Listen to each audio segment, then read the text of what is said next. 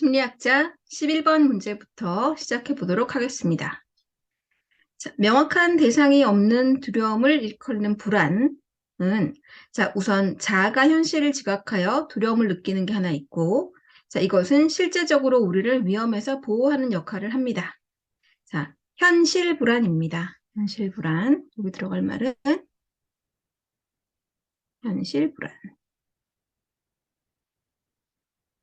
자, 현실을 고려하는 에고와 본능에 의해 작동하는 이드 간의 불안을 신경증 불안이라고 합니다.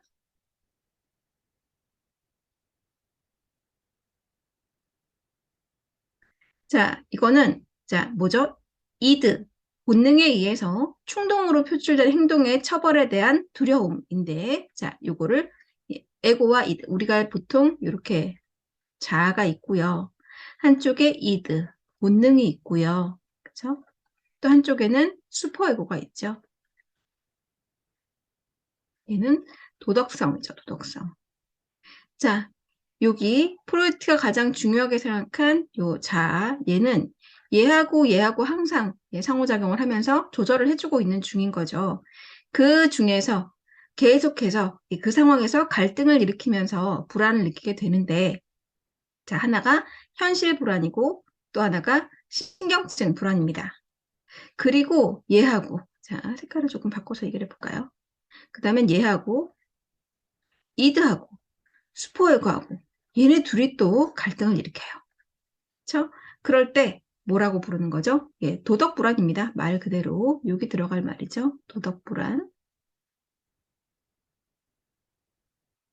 양심에 대한 불안으로 도덕적인 원칙을 벗어난 본능적 충동에 대한 수치심과 죄의식입니다. 자, 지금 에고는요. 지금 에고 얘는 어떨까요? 자, 이드하고 또 갈등이 있어요. 그쵸? 자, 이드하고 에고하고 서로 갈등을 일으키는 거를 신경증 불안이라고 하잖아요. 자, 그리고 자아는 우리를 일단 위험에서 보호해야 되기 때문에 현실 불안에 시달리고 있습니다. 얘 어떻게 했어요? 힘들죠? 그러니까 어떻게 해요? 허상을 만들어서 방어하려고 합니다. 보호하려고 합니다. 이게 여기 들어갈 말. 이 모든 불안에 대해서 에고가 보호하려고 하는 것이 바로 방어 기제입니다. 이해되셨나요?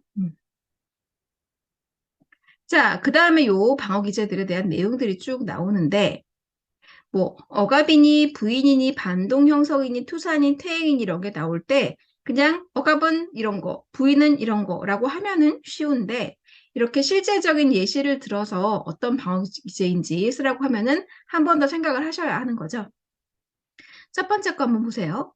자신을 학대하는 부모에 대한 뿌리 깊은 적대감을 알아차리지 못하고 있습니다. 그래서 억제가 아니라 억압입니다. 억압은 무의식 속으로 치워버리는 거니까요. 사랑하는 자녀의 죽음을 계속해서 믿지 않으려고 하는 행동은 부인입니다. 부인 또는 부정이라고도 하죠. 부정하는 거, 아니라고 하는 거. 자, 그리고 위협적인 성적 충동에 시달리는 사람이 포르노그라피를 맹비난합니다. 자기가 느끼는 것과 정반대의 행동을 하고 있죠. 반동 형성입니다. 내가 싫어하는 게 아니라 그 사람이 나를 싫어하는 거야. 내 감정을 내가 감당할 수 없어서 해당하는 대상한테 갖다 붙였죠. 이런 거를 투사라고 합니다. 아이가 학교 가기가 두려워서 잠자리에 실례를 합니다. 이전 발달 단계로 돌아가는 거, 퇴행이라고 하죠. 아빠에게 꾸중을 들은 큰아들이 작은 아들에게 폭력을 행사합니다.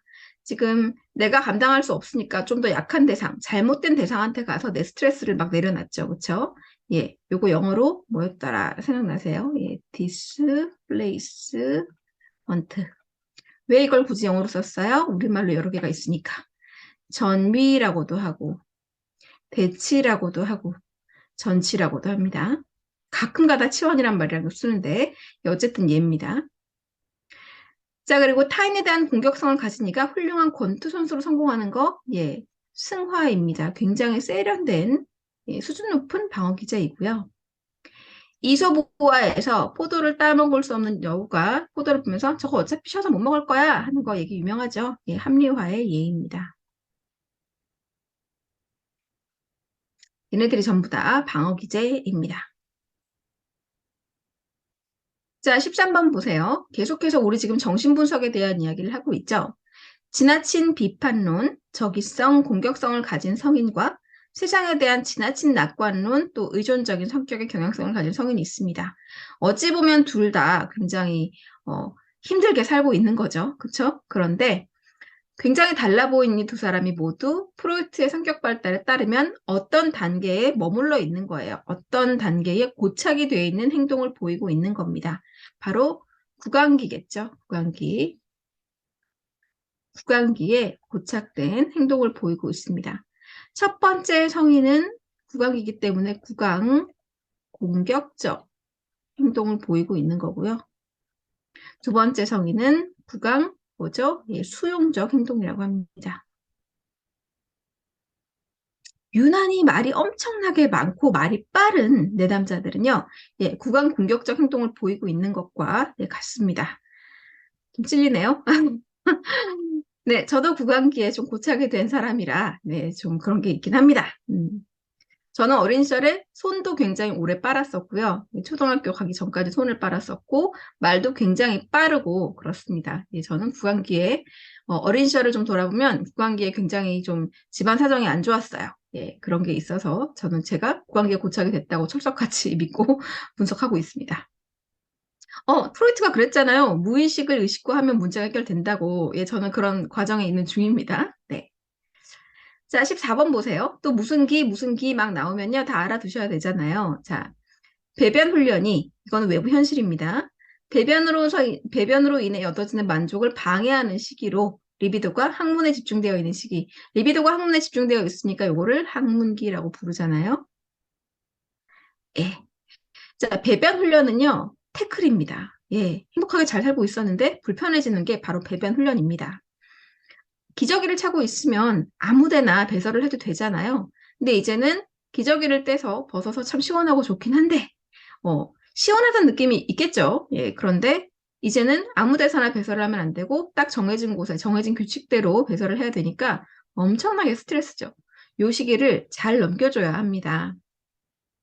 자, 제가 이 심리학자 강의를 하면서 참고 자료를 하나 또 올려놨는데요. 바로 요거입니다. 지금 블로그에 가시면 요게 있고 PDF 파일로 다운받으실 수가 있습니다.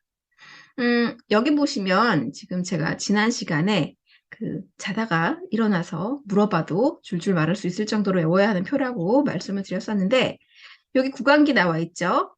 항문기 나와 있죠. 남근기 나와 있고 또는 뭐 성기기라고도 하죠. 남근기, 성기기, 그 다음 잠복기가 있고 생식기가 있습니다. 이렇게 프로이트 것만 딸랑 물어보면은 참 쉽고 좋을 텐데 꼭 이렇게 에릭슨의 심리사회적 8단계랑 비교해서 물어보는 질문들이 많이 나옵니다. 에릭슨의 심리사회적 8단계와 이 프로이트의 발달 단계는 많이 비슷하면서도 굉장히 다르죠. 이렇게 비교해서 알아두시면 좋습니다. 지금 이 표만 봐도 딱 느낌이 오시는 게 프로이트는 성기기 이후, 그러니까 사춘기 이후에 성인기를 따로 구분하지 않았는데 에릭슨은 그 성인기를 또 되게 나눴죠. 그리고 각 발달 단계마다 뭐 신뢰성 대 불안, 자율성 대 수치 이렇게 키워드를 줬어요. 예, 요거는 이해하시고 예, 외워두셔야 되는 부분입니다. 어떻게든 시험에는 반드시 나오는 부분이기도 하고 또 우리가 상담을 하고 심리학계 발을 들이고 있는 한 여기에서 벗어날 수 없기 때문에 예, 잘 알아두셔야 합니다. 그런데 이게 정말 발달 단계를 나눠 놓은 거예요. 지금 15번 문제, 16번 문제를 한번 보시면 이게 어떻게 문제로 만들어지는지가 보이는데 좀 오류가 있습니다. 일단 하나 의문을 가져보면 12살이랑 18살을 퉁칠 수 있을까요? 네. 6살과 12살을 퉁칠 수 있을까요? 저희 아이가 지금 초등학교 5학년으로 올라가는데 이 아이가 6살인 아이하고 발달 단계가 같은가요? 다르죠. 이거는 정말 연구를 위해서 사람의 어떤 생애를 전체를 놓고 분류해서 본 것이지 디테일하게 들어가면 잘못 얘기하면 이 문제와 같은 오류가 생깁니다. 일단 문제로 돌아가 보겠습니다. 15번을 한번 보세요. 리비도의 에너지가 어디에 모여 있냐? 성기에 모여 있는 시기는 연령 4세에서 5세경입니다. 어릴 때죠. 남아는 아버지와 자신을 동일시해서 오이디푸스 컴플렉스를 극복하게 되고요. 여아는요. 여아는 조금 오류는 있는 것 같지만 어쨌든 프로이트 이론에 따르면 엘렉트라 컴플렉스를 가지게 됩니다. 그래서 각각 초자아를 형성하는 시기가 되는 거죠. 극복해야 되니까. 아버지가 너무 싫지만 남자아이의 경우에 어머니를 사랑하게 되지만 어머니를 원하게 되지만 어떻게 아버지를 해치겠어요? 아버지는 너무나 강력한 존재인데 그때 초자아라는 게 형성이 된다고 합니다. 아버지와 자기를 동일시하는 거죠. 동일시. 예. 성적인 본능을 승화시켜 발전을 이루는 단계는 요 다음 단계입니다. 지금 4, 5세에, 그쵸? 한번 볼까요? 4, 5세, 그쵸? 요때쯤 있는 남근기를 지나서 잠재기로 넘어갑니다. 잠재기 또는 잠복기인데요. 자, 초자가 형성이 됐어요. 그 다음에는 이 에너지를 써서 성적인 본능을 그 에너지를 승화시켜서 발전을 이룹니다. 그때가 바로 잠복기 내지는 잠재기인 거죠. 잠재기라고도 하고. 왜 그렇죠? 겉으로 드러나던 이 성적인 어떤 에너지가 수면 밑으로 가라앉기 때문이에요. 요때 뭘 시작하느냐? 사회생활을 시작합니다. 학교를 다니고 또래 관계를 맺고 너무너무 즐겁고 재밌고 또 거기에 들어가는 에너지도 굉장하잖아요. 그쵸? 요때를 6세에서 12세로 보는데 딱 초등학교 때잖아요. 그쵸? 자, 7살부터 13살 우리나라 나이로 따지면 자, 초등학교 시기인데 초등학교 시기가 사춘기인가요? 예. 글쎄요. 자, 이 책에는 제가 이 책을 그대로 네모 채우기로 만들었다고 했잖아요. 요때는 요때를 사춘기라고 표현을 했어요. 사춘기라고 표현이 돼 있는데, 자, 이후부터 성인까지의 시기를 성역할 정체감과 성인으로서의 사회적 발달을 발달시키는 생식기다라고 했죠.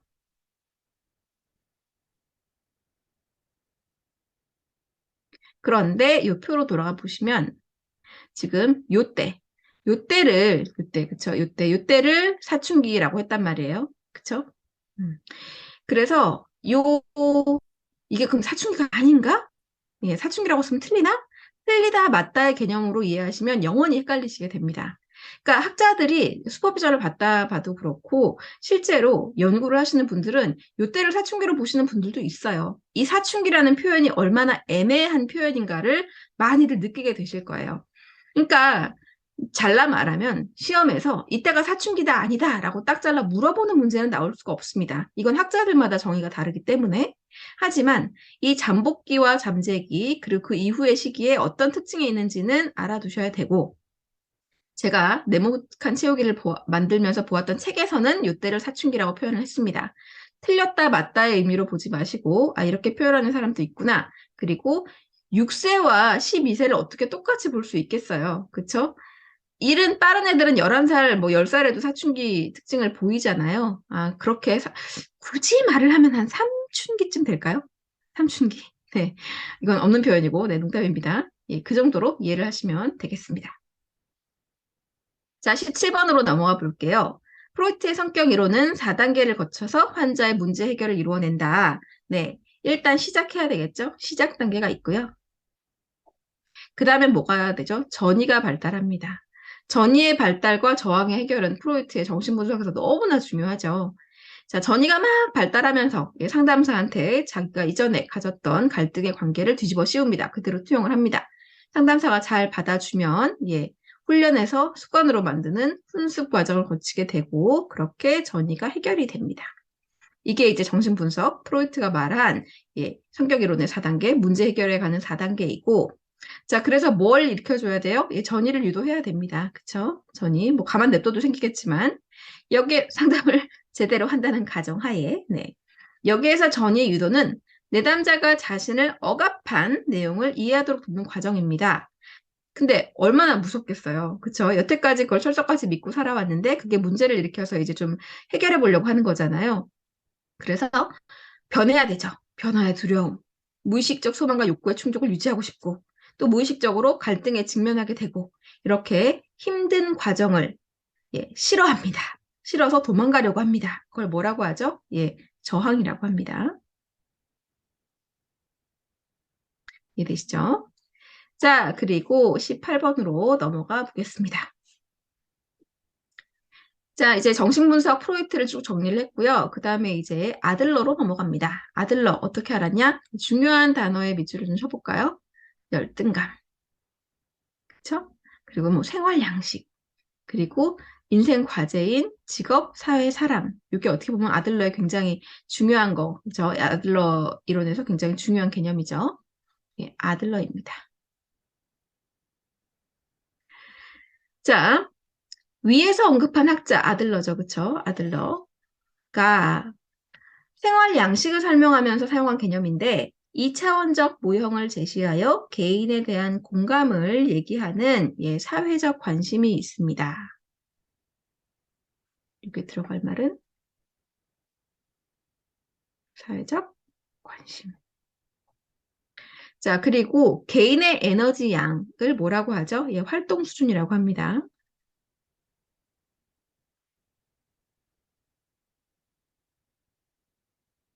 자, 그리고 땡땡땡땡땡은 뭘까요? 예, 똑같은 말입니다. 지금 여기 별표 하나 있고 하나 있는 거 보이시죠? 예, 계속 써나가면서 보시라고.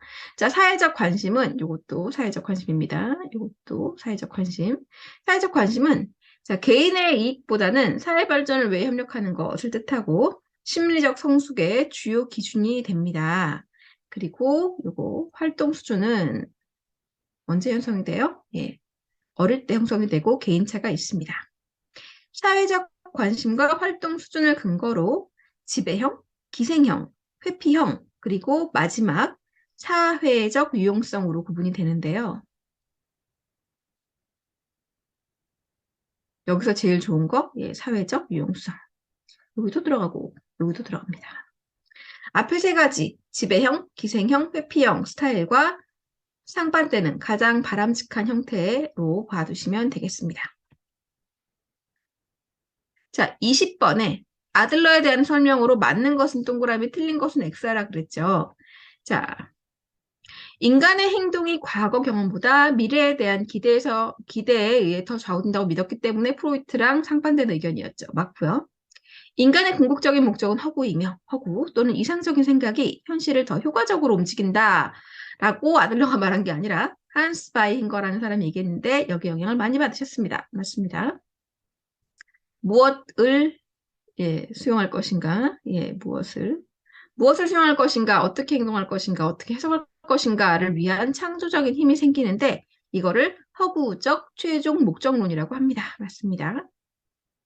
자기 완성을 위해 자기가 느끼는 열등감을 극복해야 함을 강조하였고요. 우월상 개념이란 자기 완성과 자아 실현의 의미가 있고 자기 성장, 능력 키우기 등 이런 걸 위한 모든 노력의 근원이 바로 예, 가장 중요한 거 뭐죠? 예, 열등감이라고 믿었다고 합니다. 자, 그래서 첫째 아이는 경쟁의 아이콘이며 혁명가가 될 수 있는 게 아니라 요거는 뭐죠? 예, 둘째 아이 얘기고요. 자, 폐위된 왕의 위치를 갖는 것은 첫째 아이입니다. 그죠? 그리고 과도한 의존과 과잉보호의 위험성을 갖는 것은 뭐죠? 예, 이거는 막내고요. 외동은 혼자잖아요. 경쟁의 대상이 없고, 그쵸? 소심하고 의존적이며 자신에 대해 과장된 견해를 갖게 된다고 합니다. 이론은 이론일 뿐입니다. 네, 그런 면이 있겠죠. 그쵸? 자, 그 다음 21번 아들러 성격 평가 기법입니다. 보기 중에서 맞는 것을 골라 써보겠습니다. 자, 정리하는 의미에서 한번 쭉 보시면 좋을 것 같아요. 기본적인 인생관을 강화하거나 반영하며 내담자가 회상하는 실제 사건의 기억이며 어린 시절의 경험입니다. 그렇죠? 자, 이거 뭐라고 하는 거죠? 예, 이게 바로 초기 회상입니다. 초기 회상. 첫 번째 거고요. 그릇된 가치 및 개인 가치를 최소화하거나 부인하고 과일반화 및 안전 추구를 위한 잘못되거나 불가능한 목표를 설정하는 것, 이게 뭘까요? 네, 기본적 오류입니다.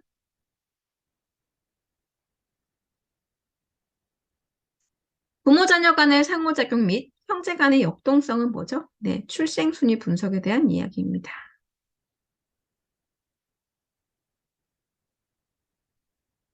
여러 상징은 고정된 의미보다 현재의 발달과 변화를 평가한다. 이렇게 본 게 꿈 분석이죠. 예, 그래서 아들러의 꿈 분석은 프로이트 것과는 꽤 많이 다른 결을 유지하고 있습니다. 자, 뭐 가족 구도, 초기 회상, 꿈, 기본적 오류 등을 발견하도록 이끌려면 이게 있어야 됩니다. 그리고 뭐 정직, 학문적, 직업적, 대인관계, 뭐 이런 거의 기술 또는 가족에 대한 배려 이런 특징은 어디에서 나올까요? 네, 자질에서 나옵니다. 자, 자, 여기까지 이제 프로이트와 아들러를 정리했고요. 다음부터는 막 섞여서 나옵니다. 네. 어쨌든 85문제가 전부 다 이 심리학자들을 기준으로 한 문제들이라, 예, 하나하나 나올 때마다 정리하시면서 공부하시면 좋겠습니다. 고생 많으셨습니다. 다음 영상에서 뵙겠습니다.